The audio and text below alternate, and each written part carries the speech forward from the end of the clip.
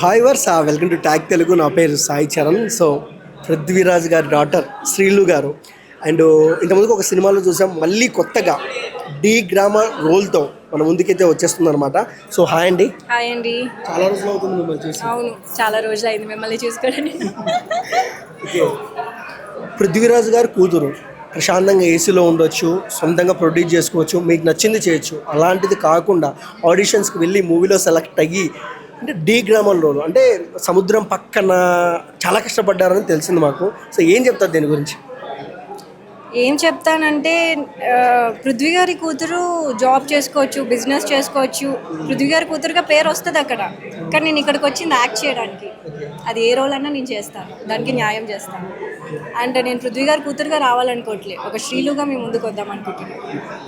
So ఎందుకు అలా, reason ఏంటి? మా నాన్నగారు కష్టపడి వచ్చారండి. మా తాతగారు కూడా బలిరెడ్డి సుబ్బారావు, ఆయన కూడా పెద్ద యాక్టర్. మా తాతగారు ఆయన మా ఫాదర్కి ఏం సపోర్ట్ చేయలే, ఆయన కష్టపడే వచ్చారు. మా ఫాదర్ నాకు సపోర్ట్ చేయట్లేదు, నేను కష్టపడే వస్తున్నా. అంటే కష్టపడి వచ్చిన దాంట్లోనే అండి తృప్తి ఉంటుంది. నేను నమ్ముతాను అది. ఎవరో ఏదో ఇచ్చారు క్యారెక్టర్, అంటే పృథ్వీ గారి కూతురు అని ఒక క్యారెక్టర్ ఇచ్చి దానికి ఒక పేరు వచ్చినా నాకు అంత తృప్తి ఉండదు. ఆడిషన్ చేసి ఒక 100 మందిలో నేను ఒకదాన్ని ఆడిషన్గా చేసి అందులో సెలెక్ట్ అయ్యి నాకంటూ ఒక పేరు వస్తేనే కదా నాకు తృప్తి ఉంటుంది.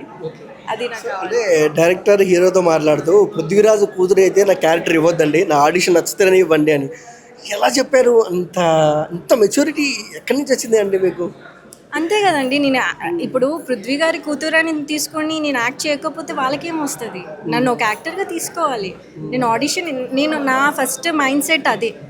నా కష్టం ఏంటో నాకు తెలుసు. ఆ కష్టం చూసి మీరు నాకు అవకాశం ఇవ్వండి, లేదంటే వద్దు.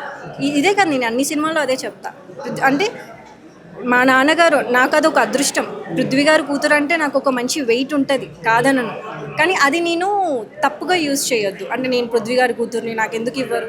నేను శ్రీలునే, పుట్టి శ్రీలు ఒక తెలుగు అమ్మాయిని ఒక హీరోయిన్గా లేదా క్యారెక్టర్ ఆర్టిస్ట్గా, ఒక మంచి ఆర్టిస్ట్గా మేము ముందుకు నేను వద్దామనుకుంటున్నా, వస్తాను కూడా. ఓకే. అండ్ నేను హీరోయిన్ కాదు ఒక ఆర్టిస్ట్ అన్నారు కదా, సో అక్కడ నాకు చాలా బాగా నచ్చారండి. సో ఇంకొక విషయానికి వస్తే నెక్స్ట్ ఏం మూవీ చేస్తున్నారు మీరు? ఇప్పుడు నాది కొన్ని పిఠాపురంలో అలా మొదలైందని చంద్రమహేష్ గారితో ఒక ఫిలిం వస్తుందండి. అందులో కూడా కొంచెం ఎమోషనల్ క్యారెక్టర్, కేదార్ శంకర్ గారి కూతుర్ని అందులో. అండ్ ఏక్ దివానా అని ఒక ఫిలిం, అది మంచి లవ్ స్టోరీ, అదొకటి వస్తుంది. ఇంకా ప్రభుత్వ సారాయి దుకాణం అని మన నరసింహ నాంది గారు, ఆ ఫిలిము. ఈ 3 సినిమాలు నెక్స్ట్ రిలీజ్ అవ్వబోతున్నాయి. ఇది కాక కల్పం అని ఒక వెబ్ సిరీస్ చేస్తున్నాను అన్నపూర్ణ స్టూడియో స్టూడెంట్స్ తోటి. సో వాళ్ళు కష్టపడి చేస్తున్నారు కాబట్టి వాళ్ళకి నా సపోర్ట్ కావాలని అన్నారు కాబట్టి నేను వెళ్ళాను. అది కూడా ఖచ్చితంగా మంచి సబ్జెక్ట్.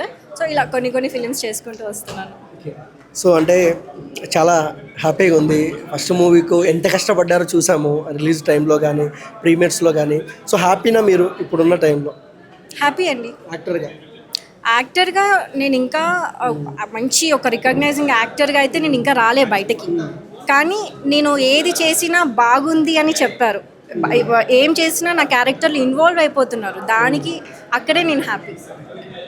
నేను కంచం నిండా భోజనం పెట్టి ఇంకా పెడతారు అని వెయిట్ చేయను. ఆ పెట్టిన ఒక్క ముద్దన్న తృప్తిగా తింటాను నేను. ఇందులో చాలా మెచ్యూరిటీ ఉంది.